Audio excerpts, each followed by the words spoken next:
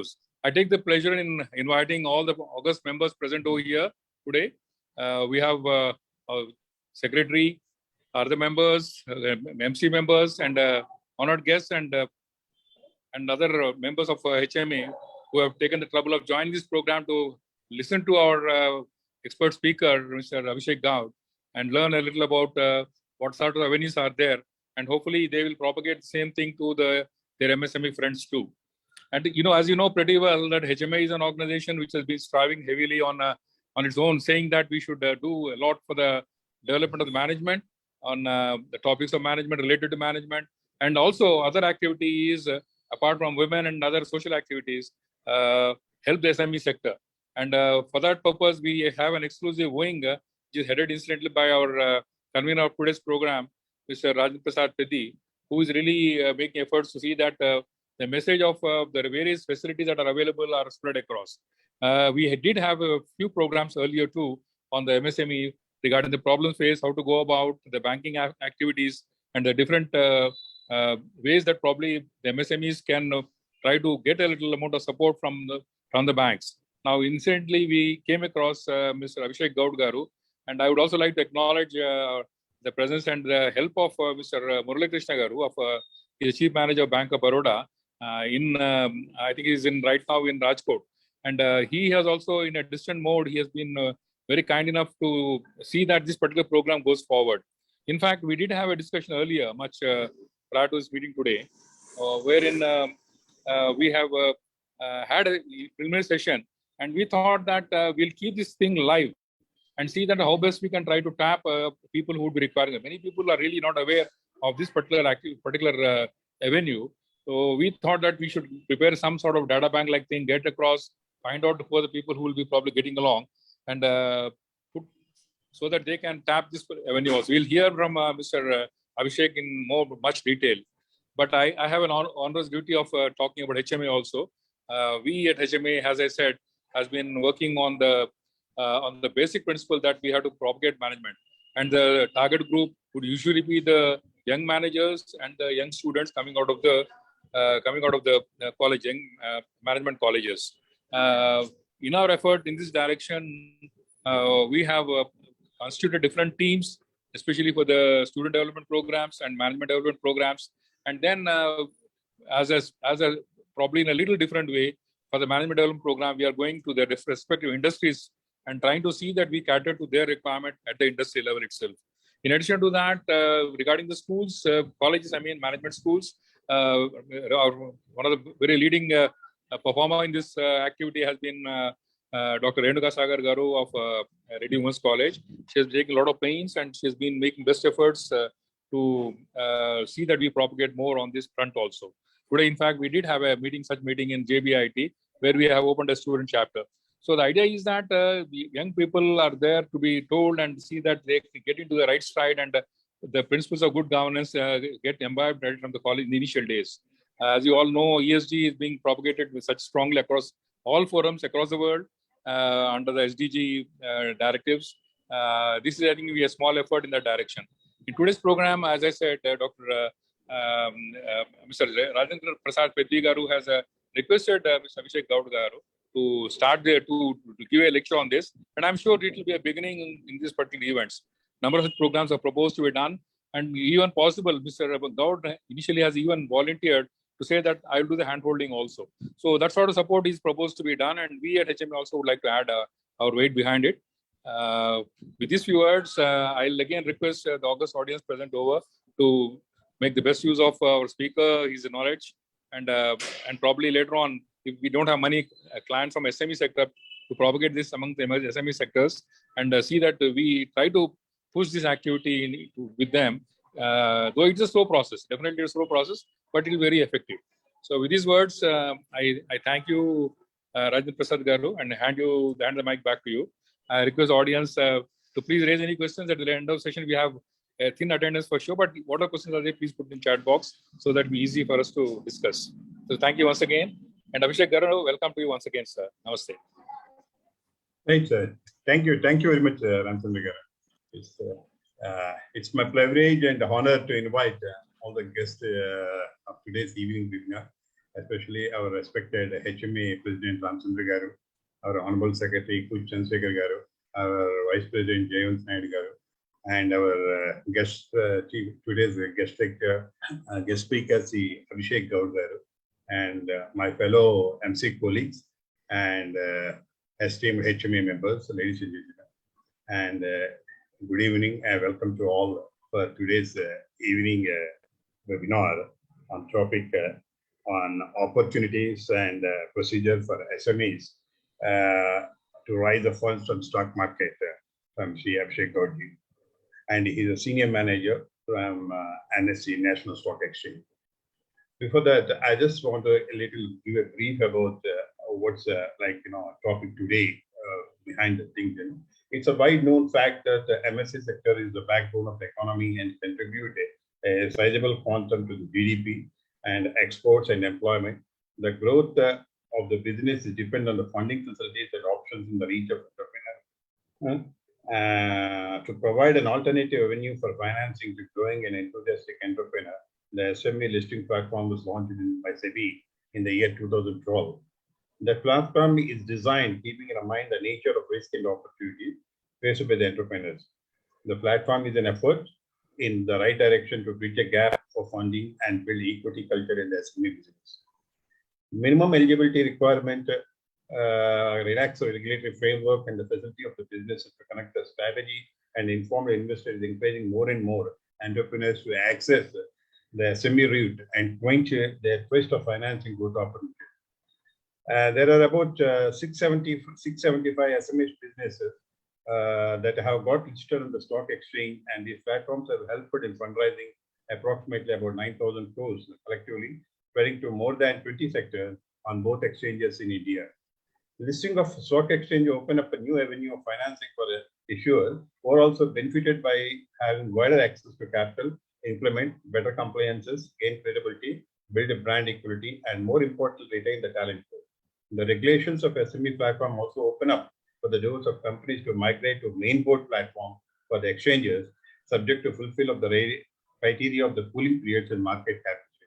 To know more detail about the methodology and procedure about this SME sector on the main board as well as the listing of the stock exchange, we have Sri Abhishek Gaurji who is going to enumerate on this particular topic with his PPT presentation and on this particular topic. It's my privilege again to introduce a brief bio of our guest speaker to you all. Mr. Abhishek Gaurji is associated with the National Stock Exchange of India Limited for the last 8 years. He operates from Hyderabad and is handling business development portfolio for the states of Telangana and Andhra Pradesh. An MBA of Finance from ICFI University and a BCom from Osmania University, Abhishek has been working in the financial market space for more than 15 years. He has a rich experience in various capital market verticals, that is business development, operation and compliances, index and stock derivatives, forex and interest rate risk management, fixed income market, mutual fund, trading and technology, and listing of small and medium scale enterprises. He has been engaging with corporates them on managing the forex risk and help them to raise funds through alternative mode of finance, that is fundraising and listing on NSE, SME platform through IPO. As a part of his association with the exchange, he has been represented at various forums, seminars, and corporate, business associate, and financial market awareness session for investors.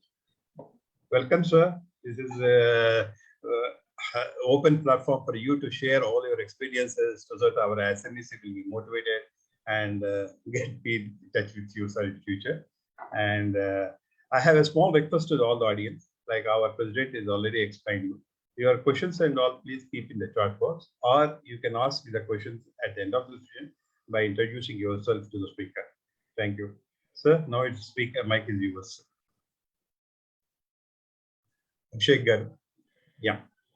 Thank you, Rajendra Prasad Garu. And before I begin, sir, am I audible? If you can just confirm me. Okay, thank you.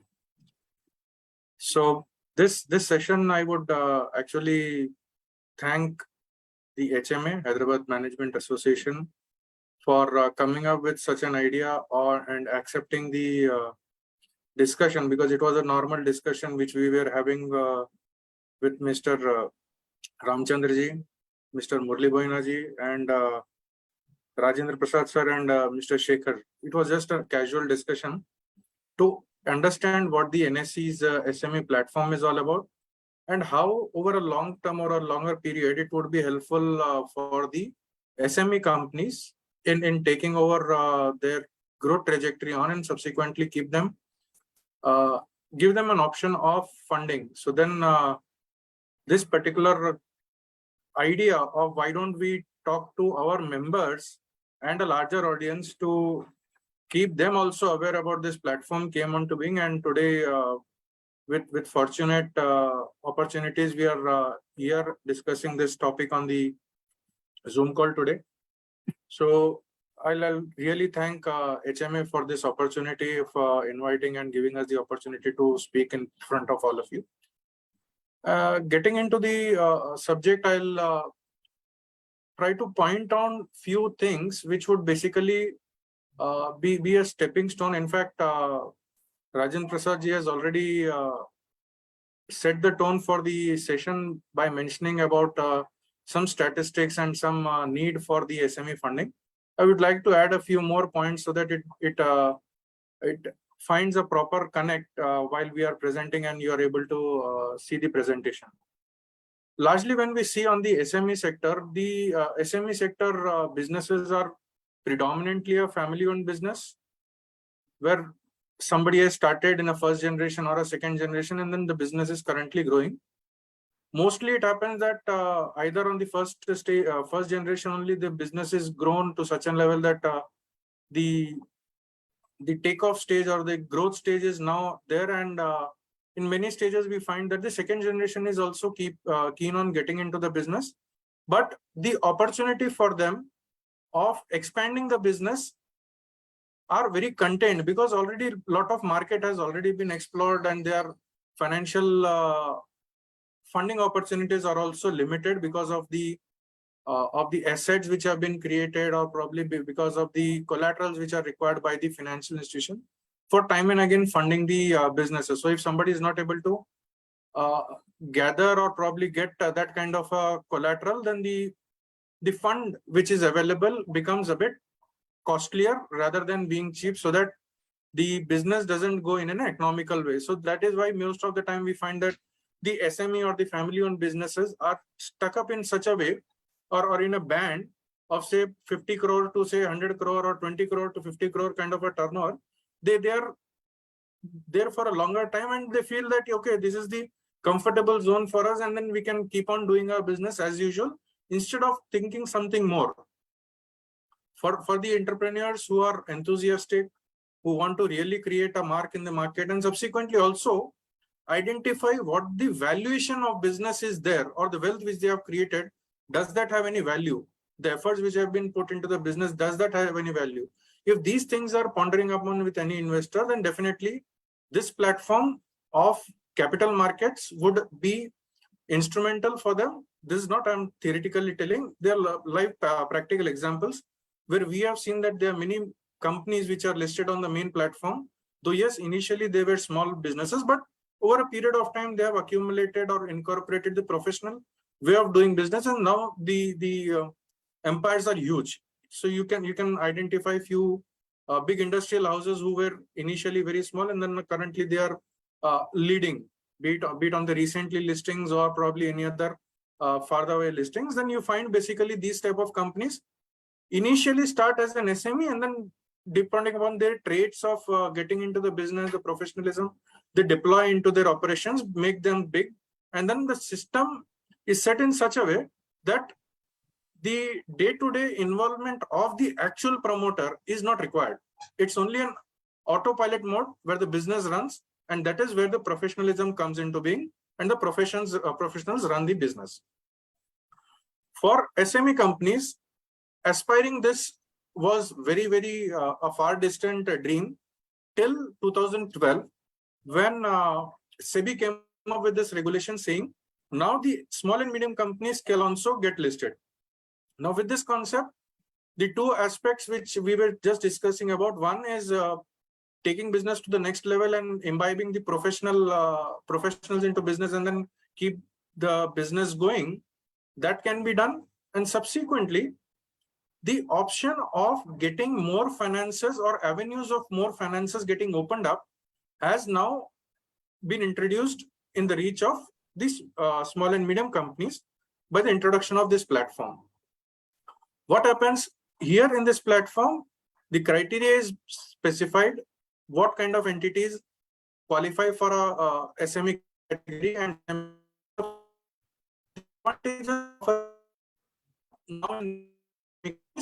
where they can use that opportunity and keep their business growth. So now getting the for you, just a minute.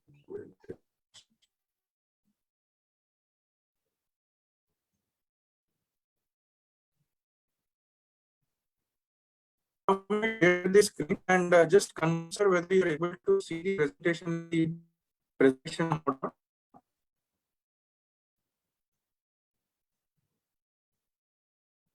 Sir, is the presentation visible, sir?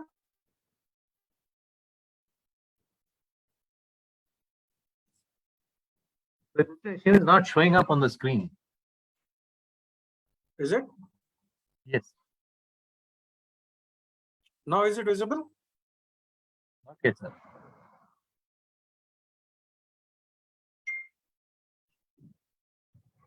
Hello? Hello, Karthik? Sir, is the presentation visible, sir? No, Yeah, I think screen sharing no, is sir, it's not coming. Okay. Let me do it again.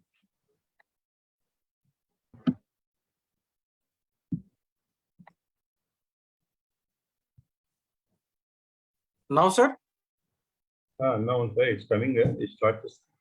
No, not visual.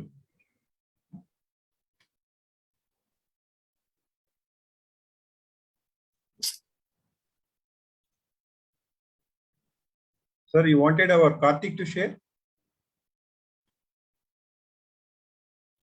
Yes, sir, that can also be done. I'm just trying because No, Abhishek Gaud has started screen sharing. This is what's coming up. That's all, nothing else. the connectivity might be low, I think. Then. Probably bandwidth speed may not be matching. Karthik, I think you can share it. Yes, sir, I'm doing it. Sir, our Karthik will share and you can ask it to push next slide. Like it will be better. Karthik, Yes, Yeah. sir, I'm doing it. fine.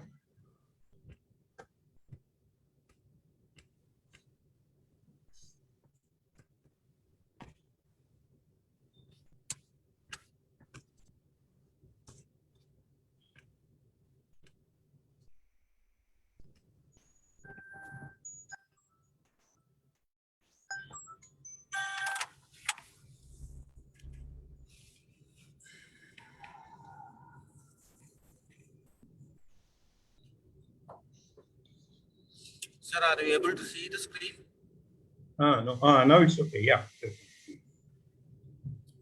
Please let me know to move that.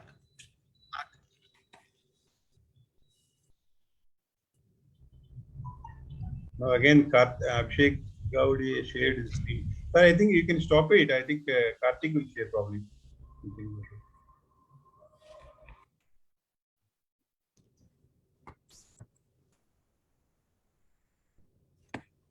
Yeah. Again, gone.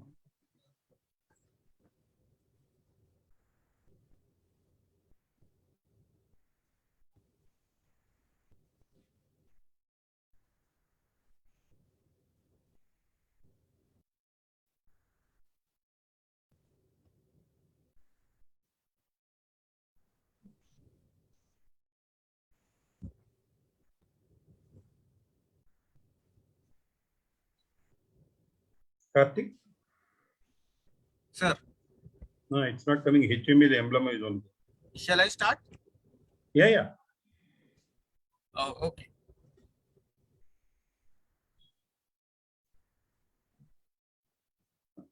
Sir, is it okay? Yeah, next slide. Yeah, it is now okay, sir. Okay, you can go on, sir. Just tell me move the slide. I'll do that. Thank you. So this platform started in the year 2012 on the regulations and guidelines laid down by SEBI, where it mentioned that this segment can be launched being a part of the stock exchange, but as a separate segment.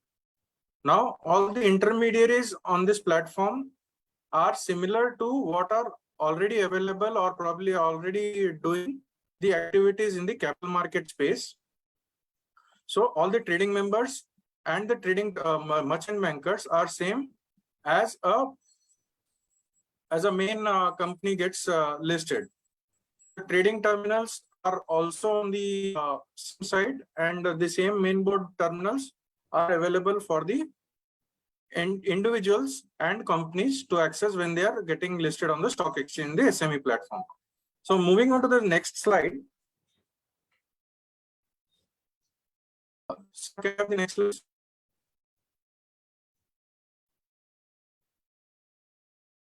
Karthik, next slide.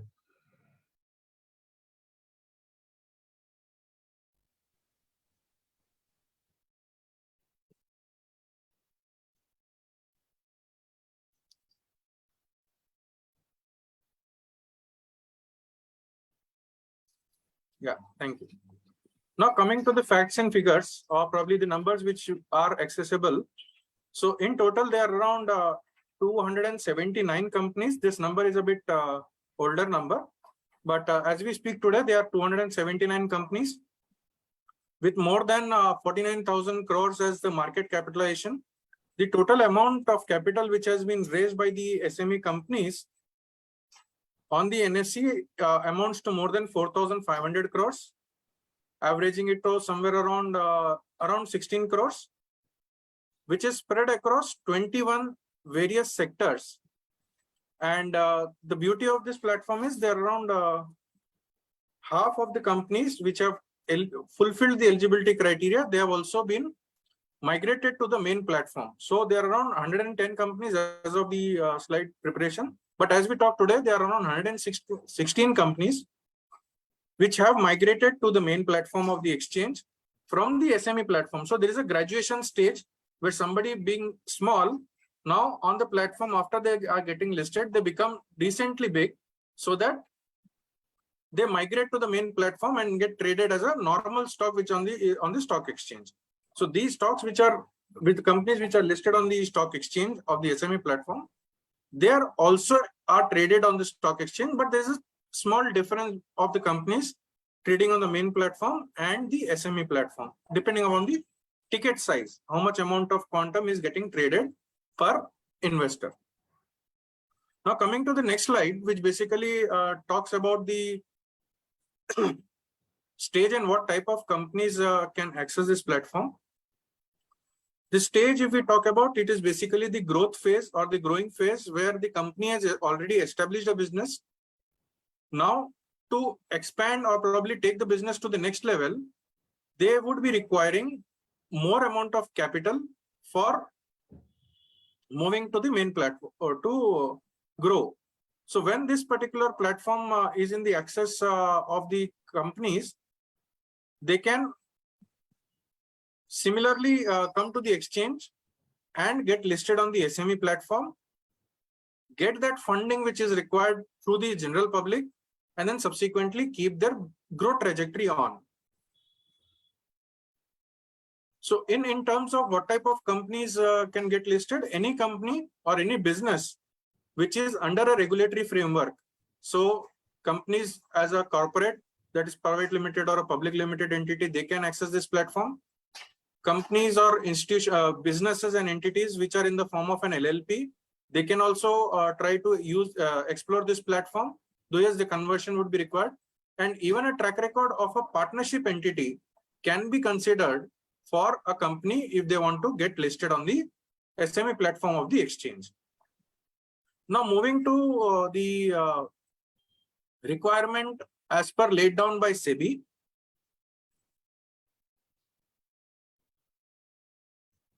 So as per the SEBI, any company who's paid up capital, that is post issue paid up capital, if it is below 25 crores, those companies can get listed on the SME platform of the exchange and use this platform for continuous fundraising for funding their growth.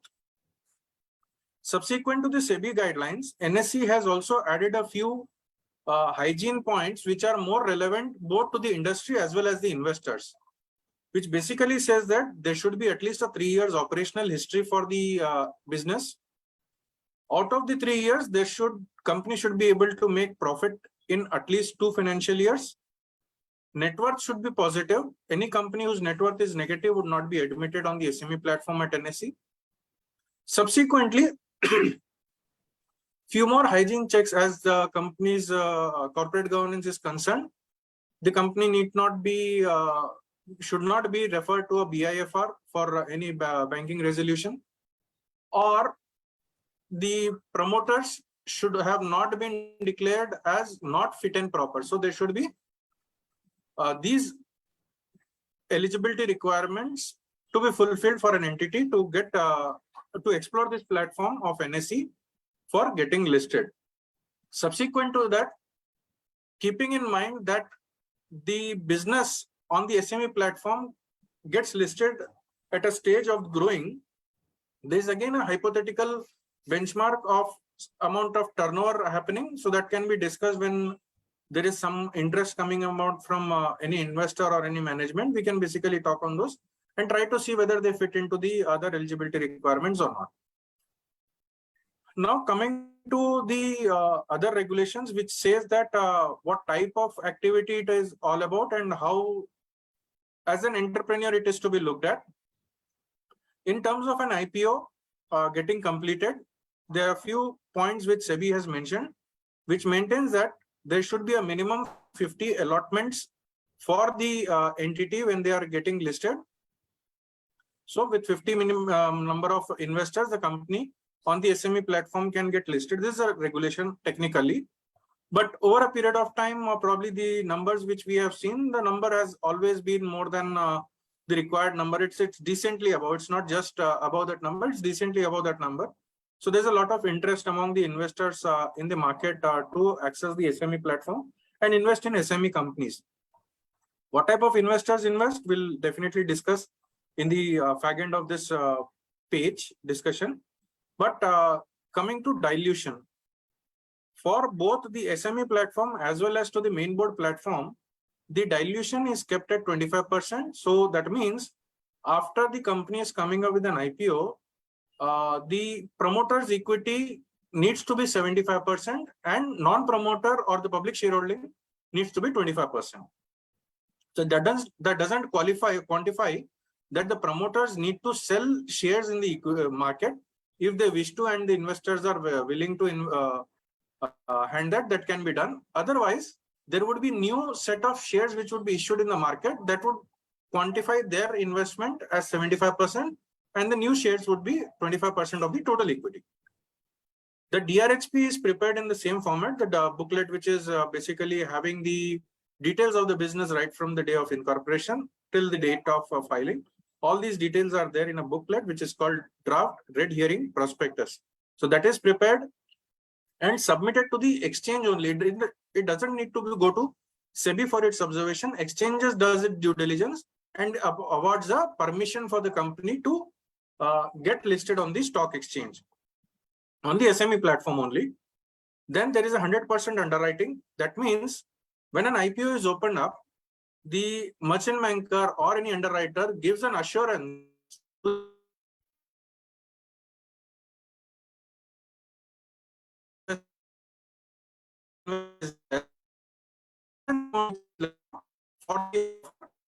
taken up on their own books. So there is a 100% underwriting concept on the SME platform. Subsequent to that is a market there for a period of 3 years, which provides liquidity to the stock and a stock available any investor or sell. So that found with different entrepreneurs Today, about the way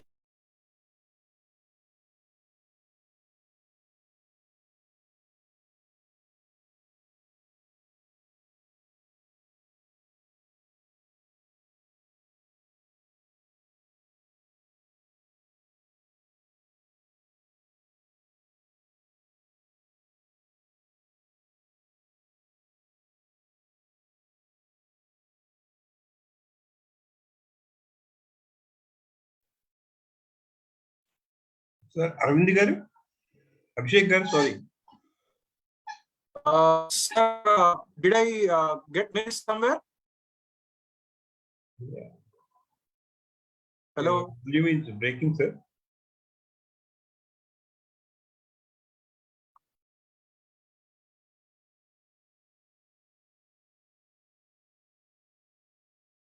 Hello.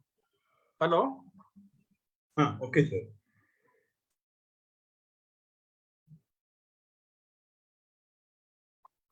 Hello. Carry on. Yeah, sorry, I thought there is some disturbance somewhere. Yeah.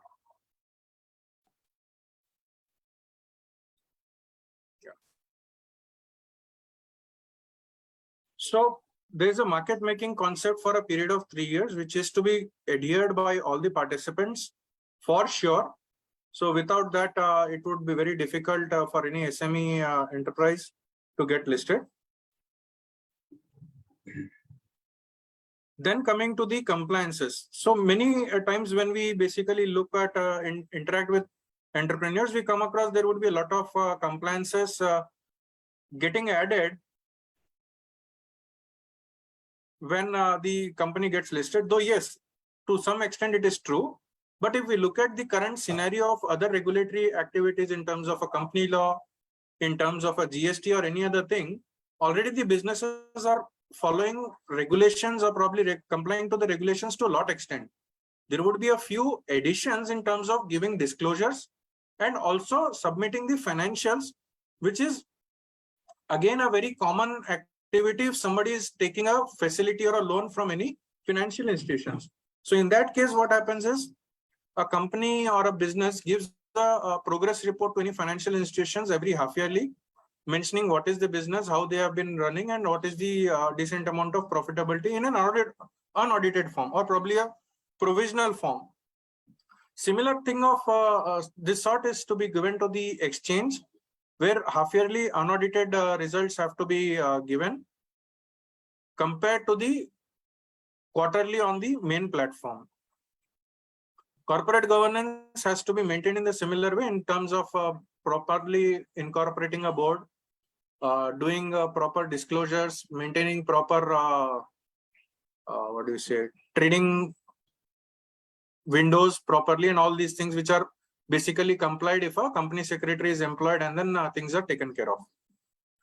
Then there's a wonderful opportunity or a facility provided on the SME platform for the businesses which are listed on the SME exchange, wherein on completion of 2 years on the SME platform, subject to their paid up capital breaching 10 crores at any given point of time and the market capitalization being more than 25 crores, company gets eligible to migrate to the main platform of the exchange. Now, when to do, what time to do, how to look at is purely a decision of the business. There is no hard and fast rule that you'll have to compulsorily go, but yes, you get eligible. Looking at the market scenario, looking at the situation where the capital markets are placed, companies generally look forward to migrate to the main board so that they are able to reach out to larger number of investors, because on the SME platform, the the transactions and the investment happens in a lot of 1 lakh, in multiples of 1 lakh. So not all or retail investors would be able to get into the business or invest in the business. But the moment you migrate to the main board, that condition of 1 lakh amount of transaction happening for one ticket size is taken care of, and then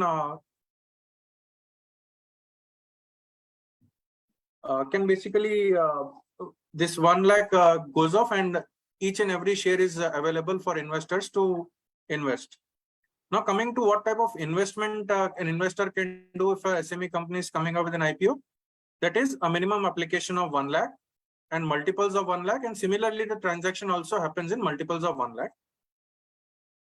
If say some company has been approached by a angel investor or an HNI or a family office or a PE fund for investing in the SME, for investing in their business, they can also be a part of investor category or the anchor investor category on the SME platform also.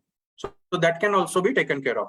So the investor can, the investor who is already in touch with the business can keep investing in the business and subsequently help the company grow from their current situation. Now moving on to the next slide, which basically talks about the value additions which are there on the to the investors. Can we have the next slide, please? Yeah. So before that, like to just talk about the steps. This process of SME listing is a 7-step process where the first interaction happens with the NSE team or the merchant banking team, and then you appoint a merchant banker or an intermediary for doing the IPO. There is a mandate signing activity. From there, the real journey starts, where the preparation of document, that is DRHP, goes under, due diligence happens, financial due diligence happens, valuation comes into play, conversion of the company from a private limited or an LLP to a public limited company. All those activities happen on the preparation stage. After the DRHP is prepared, it is filed to the exchange. Exchange does its due diligence, again tries to look into the application, tries to look into the business, and subsequently if we have any query, we would post our queries to the company and the merchant banker depending upon getting the clarification. We give our award in principle approval. So after getting the in principle approval from the exchange, the company gets listed. So the tenure from filing to the filing of document to the NSE to getting approval, it is somewhere between 3 weeks to 4 weeks time. And from there, after the company gets an approval of the exchange for getting listed, the validity of the approval stays for 365 days. And looking at the investor scenario, talking to different investors, doing roadshows, the company can open the public issue and get listed on the stock exchange. Can we have the next slide, please?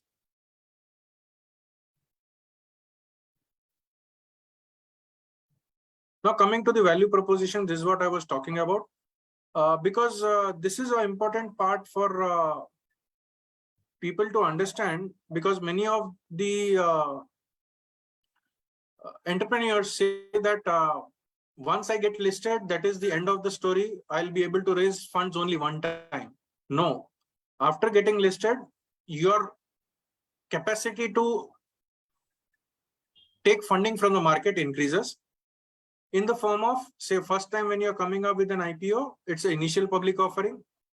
Then subsequently, if the company is coming up with next offer, it is called follow-on public issue.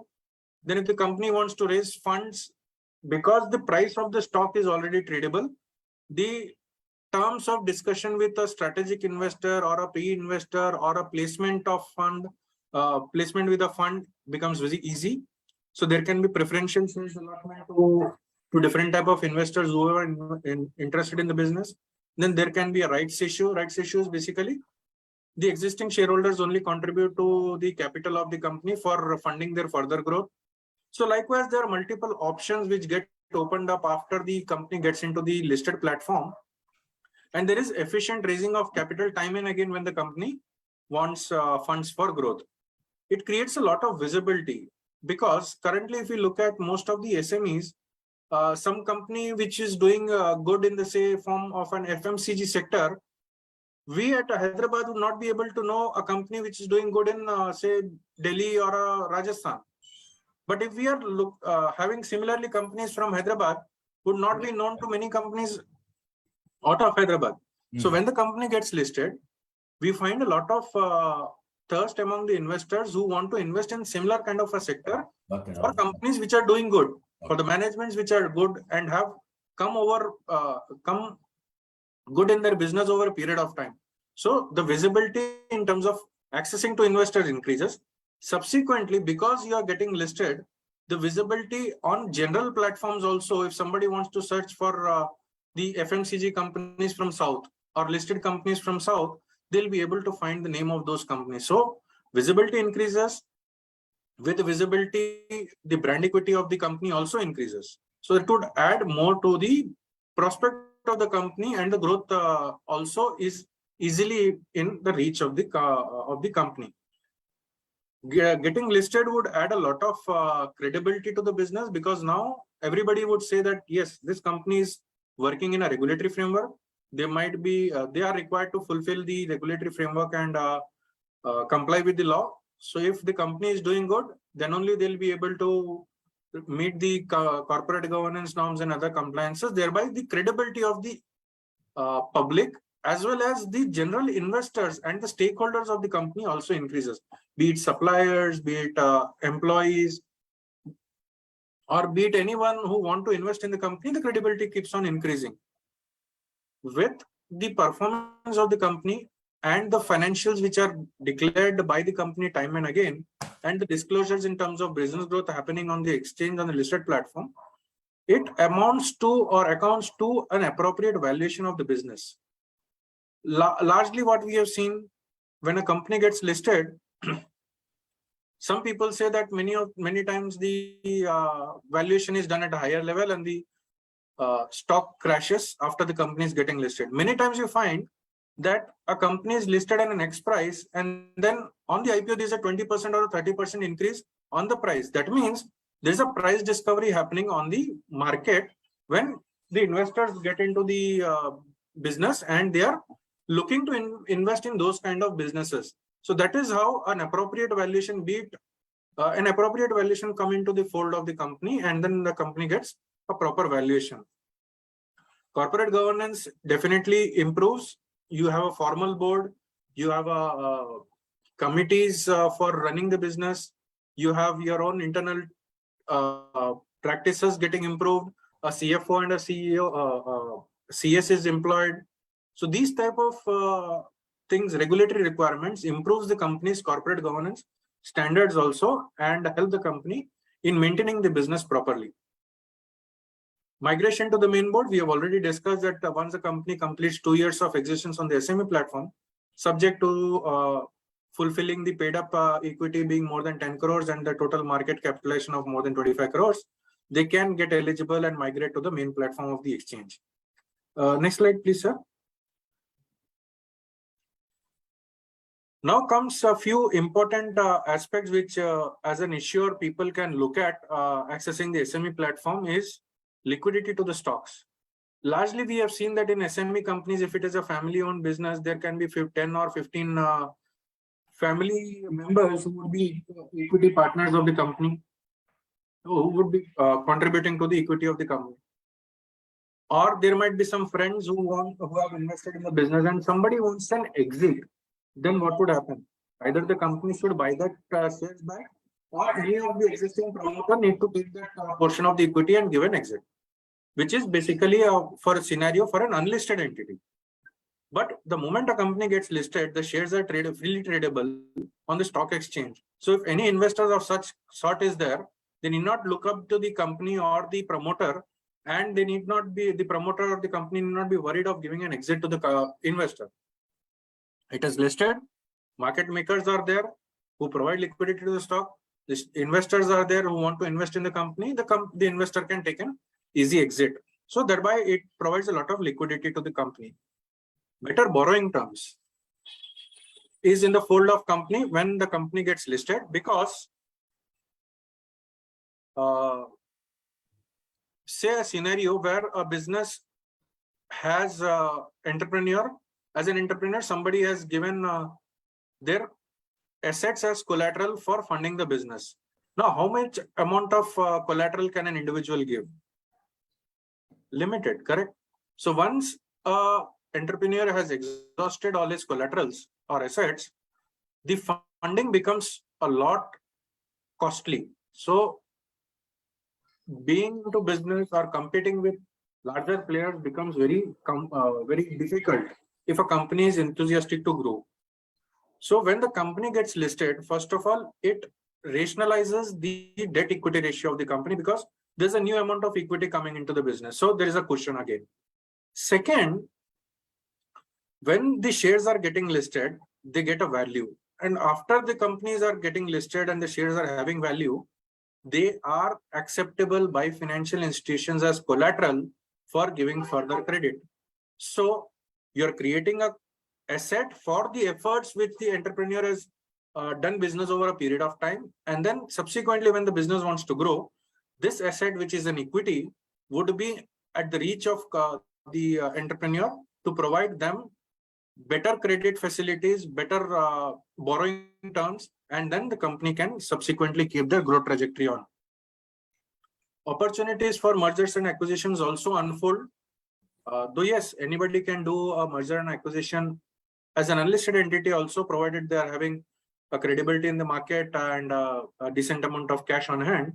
But along with these two traits, if I may say that instead of giving a full cash, if there is an interesting party for doing a backward or a forward integration, the entity can do a share swapping ratio also in some percentage, whereby instead of giving cash, the shares can be transferred to the acquiring company, and then the promoters of the acquiring company, and that company can come into this original company which is listed, and the balance sheet gets broadened, and subsequently their balance sheet profitability and financials come onto the books of the listed entity. That is how mergers and acquisitions become more appealing and more easier when the company gets listed.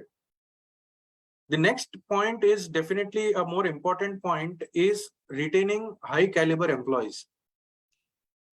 Retention of employees for any SME is definitely a big challenge, because talent pool which has a similar kind of a trait of the entrepreneur to run the business when the promoter is not on seat or in his absence, so that would be there. So in a general SME, what we have found is there are a few set of people who run different departments in the entity, equally good the way a entrepreneur is sitting at the desk and executing. So if he is not there for doing some activity at that point of time, these guys run the show for the entrepreneur. Retaining this kind of talent is definitely a challenge, because everybody would like to have people of those caliber to work for them. So poaching of employees, and employees even for themselves leaving the company and going to other companies keep on happening. Retention would be a challenge because of financial constraints or any other aspects. So if the company gives equity to the share to the employees in the form of ESOPs, and the company is a listed entity, it adds a lot of value to the employee also, because now the shares which he is receiving is having a value, and he can feel the ownership of the company, the loyalty of the business improves, and he keeps on performing better. Subsequently, to meet his own financial obligations, he need not look up to the company or the promoter of in the event of any big financial requirement, like buying a property, or probably a big asset, or probably a marriage for a children, and all these things can be easily taken care of because somebody is having a decent amount of equity, and the value of that equity has been improving over a period of time, the way the company is performing better on the listed platform. So this getting listed would definitely help SMEs in retailing their talent for a longer period, and the loyalty also improves.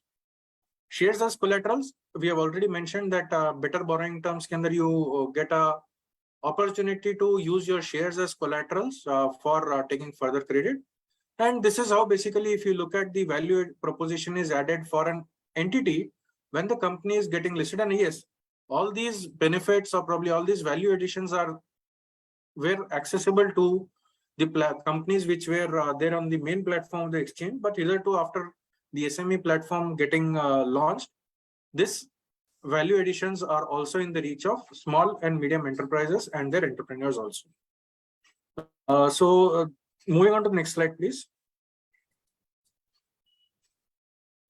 So this was all about the NSE's SME platform and how the entrepreneurs can look at, and subsequently what value addition this platform gives when a company gets listed, apart from only and only fundraising which happens on the listed platform through an IPO. Yeah, with the IPO, I'll just miss to mention that on the SME platform of NSE, the general IPO size ranges from 4 crores to 80 crores, which has happened till now. So that is the fundraising which has happened. And below 4 crores, we don't take, because we have we are in a thought process ki any business whose valuation is say coming around 15 crores to 20 crores, that would be a decent kind of an investment for the other investor categories also.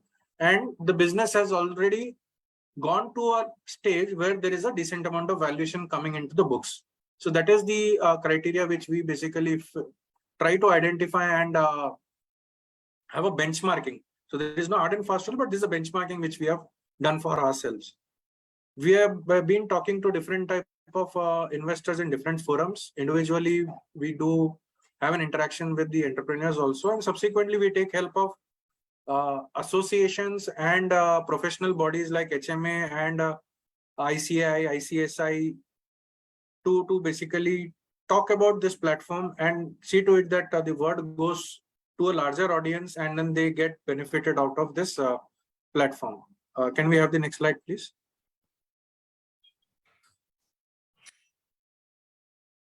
In terms of tie-up, I'll miss to mention that across India, we are having tie-up with different state governments who have come forward to support SMEs in getting listed on the SME platform. Some have come across saying that they'll be investing in some part of the equity of the SME IPO.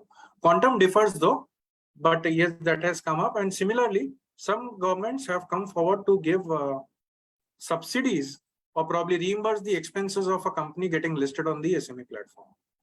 In Telangana, we have also had an agreement with Telangana government where the similar kind of scope is there. So we are looking forward to companies from Telangana to take benefit of this MOU between the government and the NSE and see that how they can benefit from this engagement. With this, I'll conclude my presentation. And before concluding, I would like to again thank Rajendra Prasad ji, Ramchandra ji, and Murli Boina ji, and along with that, the other office bearers of HMA for giving us this opportunity, and largely participants, you for taking out time to attend this session and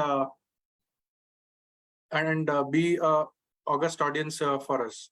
So thank you for, can we have the last slide, please? So we have an office in Begumpet as of now. So the office address is a bit, as I told you that the presentation is a month older. We have recently shifted to Begumpet near the metro station. But yes, the mobile number is same. So if you want, you can take a note of it.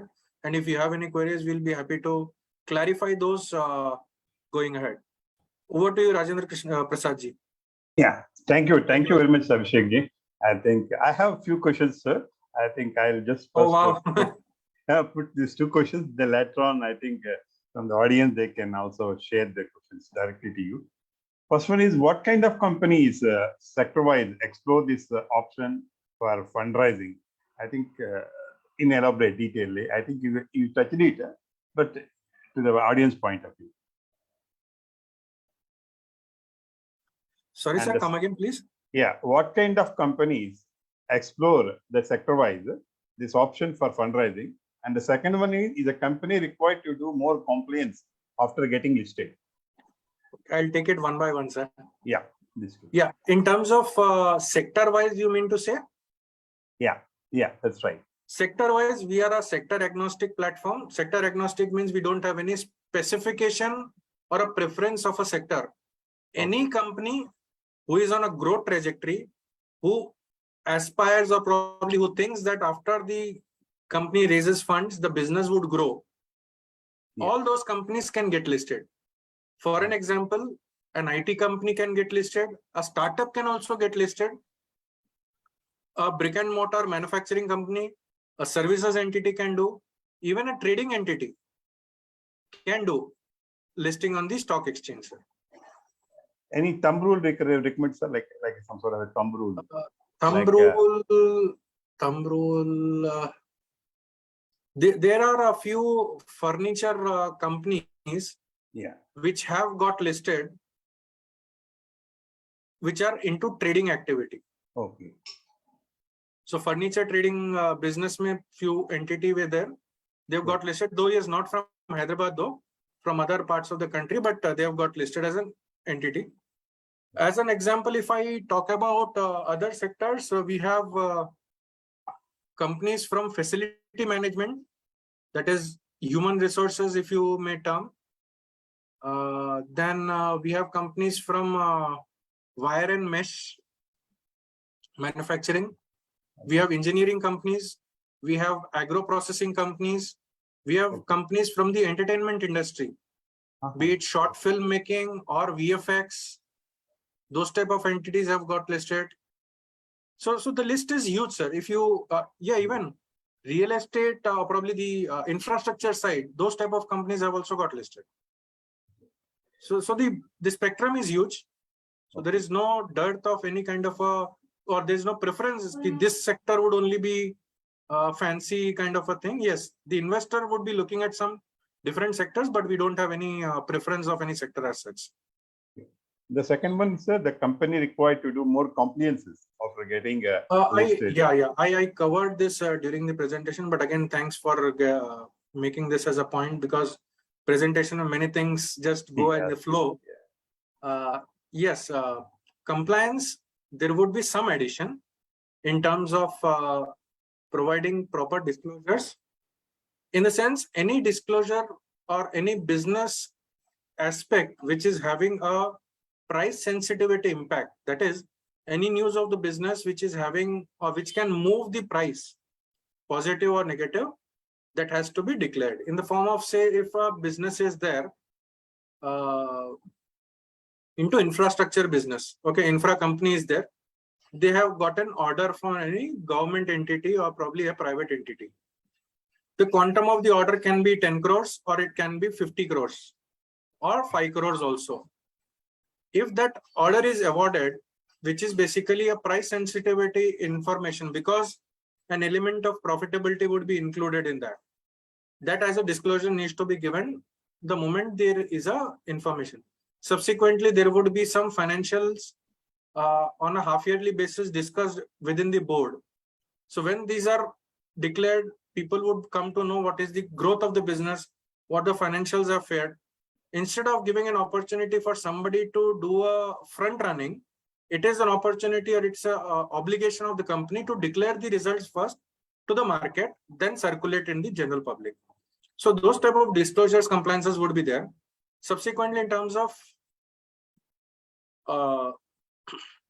financials, when we compare to the main platform, we find that every quarter, the main board companies come up with their financials and declare the results in the TV, also in the newspapers, and all these things. Publishing is also done. But coming to the SME platform, there is no hard and fast rule that the publication needs to be done in different newspapers. The only thing is the company can give the results, declare the results to the exchange through a platform. Basically, there's a upload platform available where they upload the financials and then we get to see the financials. Giving it to the exchange would put it up on their website, and then company can have their own website and put those financials there. That would quantify for the company meeting the public disclosure norms or the financial disclosure norms.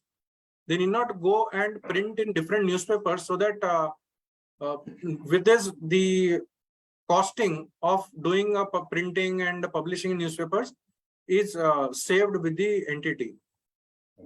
Now, apart from that, other compliances in terms of having a formal board, that is 2 independent directors and 1 woman director is required. So that has to be maintained. CFO and a CS has to be maintained by the company. And there are a few committees which is basically constituted within the board members. So those things have to be added, and there's something which is which is there, which is coming out of the box. Yeah, Most of the time entities are already either aware of doing all these things or passively they will be managing it here and there. So yeah, getting it on a that's, proper platform is more required. That's it. yeah, I coming to here only the same point, because a lot of these MSMEs are family-owned businesses. When they switch on to this type of stock exchange, they got to switch on to corporate governance, like you said how it will be like like large corporate means okay, they already my asset is there, but the MSME is maximum family business. Sir, one thing is there that once somebody is getting into a era or a new platform, Yeah. few rules are applicable. But if we talk about corporate governance, generally speaking, corporate governance is nothing but a discipline which the company has to maintain. If the company is good in business and the promoter is looking at a long-standing growth, Yeah. then whether the company is getting listed or not, the inclination would be towards improving the governance. So if that is there, if that intent is there, automatically it would come. So there is nothing that a main board entity can only maintain a corporate governance and a small entity cannot do. We have found that many companies which were not good at corporate governance, they have collapsed even on the main platform. So that is a discipline within the framework with the companies operating and with the regulations with the companies working internally. So if those things are maintained in a proper sense, I think that is more than enough for a company to do. Yes, on a listed platform, things get written in black and white though. If that is maintained properly, that is more than enough. Sir, I think we have GMK Rajagaru have some question. Sir, you can directly ask, sir. Good evening, Abhishek Garu.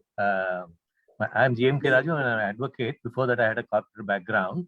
The presentation was very nice. Actually, there were a lot of questions that were there in the beginning, but as your slides started coming on, they all started evaporating.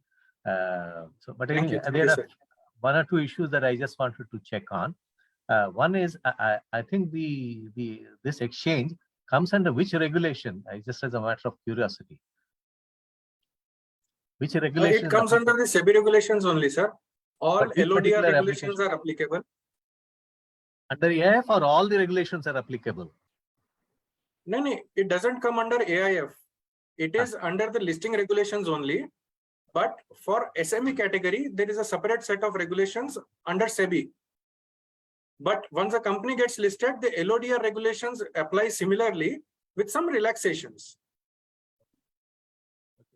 The next question I had, you mentioned that the red herring prospectus is required. Broadly, could you just explain what are requirements? Because this will probably help an MSME sector to who is wanting to get onto the platform. Sir, yeah, thank you for that point, asking that question. If we basically, in a personal life, if we look at, if we want to understand how a person has evolved, either you write a biography or else in a regular term, you basically go and look at the jatakam of that individual. Correct? Okay.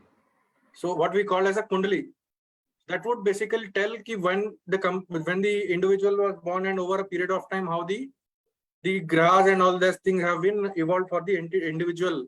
Similarly, the DRHP would have all the details, material facts about the company from the day of incorporation. And in this process of due diligence, when the DRHP is prepared, any compliance, any regulation which has been missed is complied before the filing is done. So, in a nutshell, if we say, largely it is cleaning up of all the compliances which the business is able to manage willfully or unintentionally. If something is missed out, that is taken care of, that is complied, and then subsequently company gets listed. The DRHP is this basically the due diligence which happens.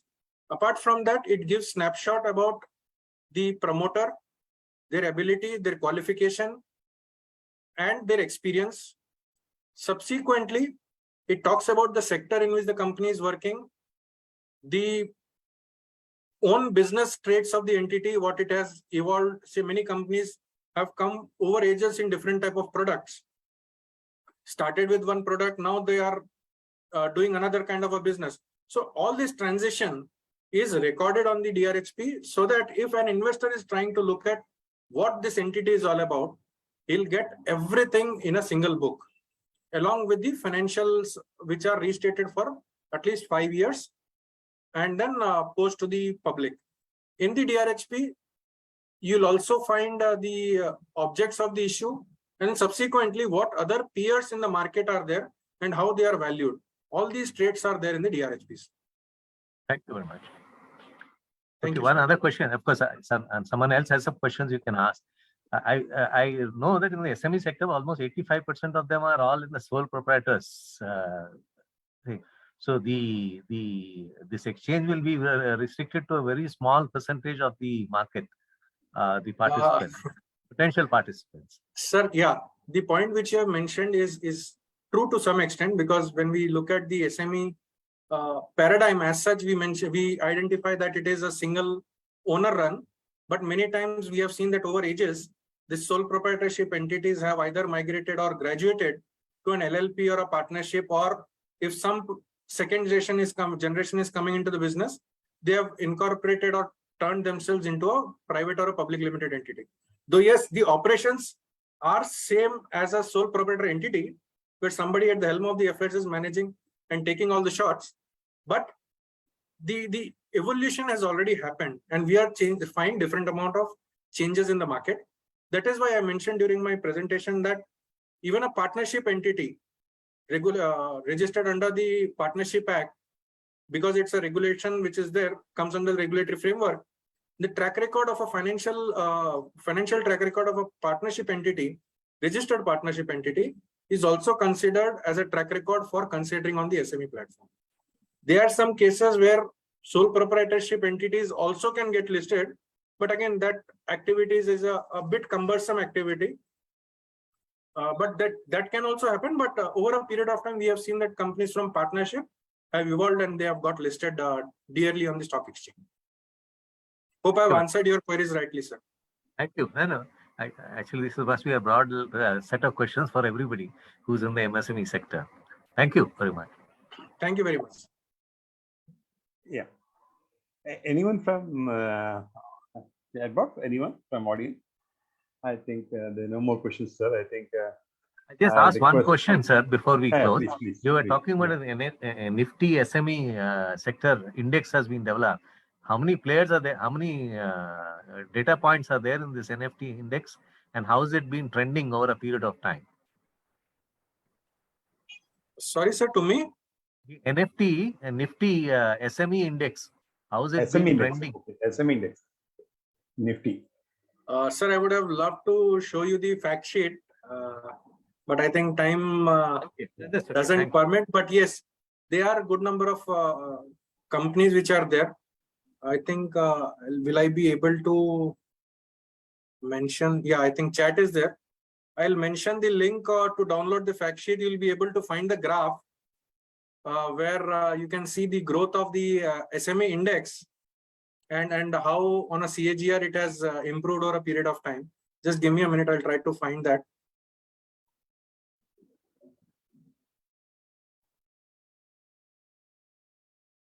Till that time, if we can have any other queries, I'll be happy to answer, sir.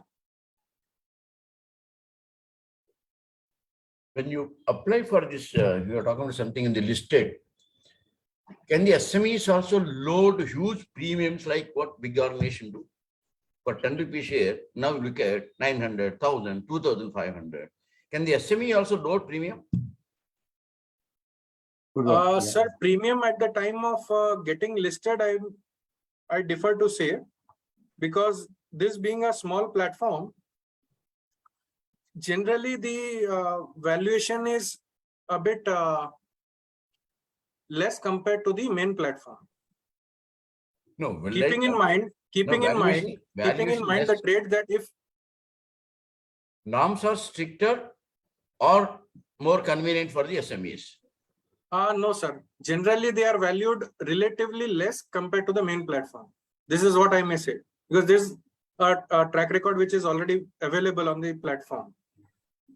No, I just have a company partnership. You said anybody can do that, XYZ company. For a 10 rupee share, can I load 500, 600 as a premium and push it? No, sir. They are fixed amount of valuation process mentioned. So with that only, we'll be able to value a company.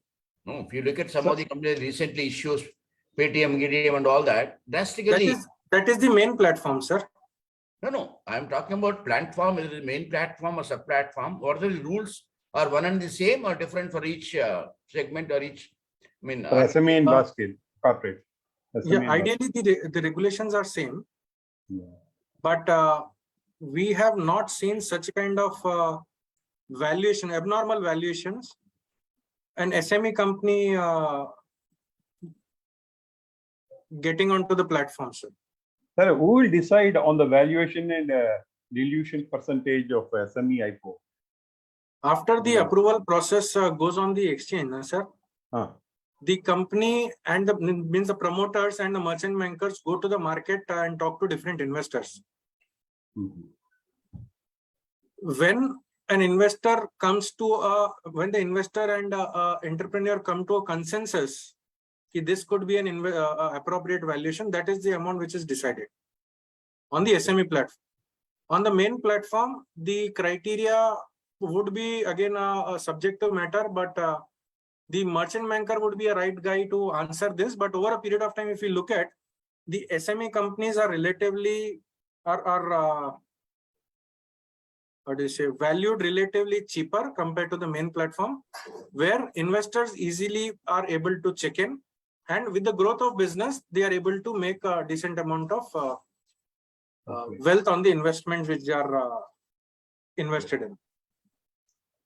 When there are regulations, when it comes to valuation of the companies in terms of fixing the premium, when the share value, stakeholder value getting eroded, coming to zero, there are no regulations to protect it? Sir, I'll not be able to comment on that because frankly speaking, that valuation process doesn't come under my purview also. And that is done by a merchant banker. So in that sense, I'll not be able to comment anything on that. But yes, to the extent this query has already been raised by many people after the fiasco, probably after the way different IPOs have reacted, and SEBI has already taken a cognizance of that. So they're trying to do what they are required to do. I'll not be able to exactly tell how it can be done, what is being done on that front. I think Abhishek, I think time is running short, so you can share it to me later on so that I'll forward it to my. Yeah, I'll do that, sir. I'll do that. Yeah. So Abhishek Gaudgar, we had met earlier in our HMA office. Yeah. And in fact, half of this was discussed when we were all together. Now it is more of a structured meeting. And for the benefit of about 22, I think, members attended the session. One of the excellent sessions, as said by our GMK Rajgar. And you covered, what are the value proposition, brand equity, corporate governance, credibility, higher visibility, liquidity, kind of a lot of stuff you have covered. And it has gone to a lot of insights into how to raise, funds from the stock markets and what are the opportunities and procedures for SMEs. And really, I think if anybody is really interested, I think they should get in touch with you and find out more in detail. Yeah. I just want to ask you, sir, though it's slightly off the record, what do you feel that the role of HMA, which I have been grappling with this MSME, MSC, what should be the role of HMA? Slightly, digressing, the session is over now. I'm just wondering, because there are people who deals with the, okay, we have sessions once in a month, once in a fortnight, and all that. But ultimately, what is the role of HMA? A constructive role of HMA and for MSMEs. How best we can your answer lies in the question which you have rightly mentioned, sir. We collectively need to work towards bringing a constructive option for the SMEs, because as the word of your organization says that it is a management association. Correct. So people from different sectors, managers basically from different sectors, are members of the HMA, and most of the time they are professionals. The big difference between a family-owned business and a professionally run business, or probably when professionals get into, is some quality of activity gets added to the business rather than only just business karna type of activity. So if we both collaborate or collectively work towards nurturing your members, or probably telling them time and again when they come with some queries on different aspects of management or aspects of fundraising, I think that would be the point where we can work together. And if Okay. we are moving our step in the correct direction, I think it would be beneficial to lot of SMEs in imbibing or probably creating a professional management culture within the business, rather than just running a business for the sake of running. Correct. Yeah. I think I can suggest you, sir, in this one. You have some MSMEs in your pool, you know, that if you ask them to connect with the HMA, they will be available. And NSE, anytime they can use our HMA platform to have some workshop or to have some seminar or something of members exclusively for SMEs as such. That can be a good approach of pushing. Sir, Abhishek Garu, I have a desire to conduct to have a organized MSME convention for a day. Yes. We'd like to have MSE, one yeah. convention MSME one day. Wonderful, sir. Wonderful, sir. Get all the MSME. I'm talking about in real terms, MSMEs, not just coming from here and there and all that. Really focus on MSME. Get the number wherever they are. First, we should have a meeting with them first, and then how to take it forward. What should be the content? How to go about? This is one of the desire the HMA has to conduct. I hope I don't think that even MSC members will be happy to contribute something for this for when you organize the event. So who all should be the stakeholders or partners in this way to take it forward? If it is an MSME focused event, Yeah. I think you'll have to look at touching up points at all the touching all the points of an SME or pain points of an SME, be it on the finance side, be it on the business side, or be it on collaboration side. Yeah.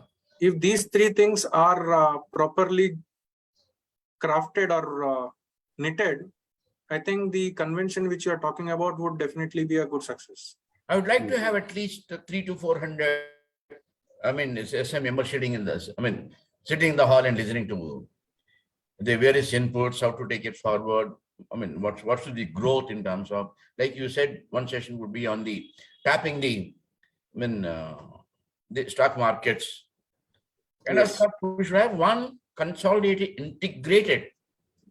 One day we are seriously thinking of Shaker, which I have We been can definitely discuss offline, sir. Try to figure out what points can be connected, that's right. and then probably from there, if it seems constructive, we can take it forward from there.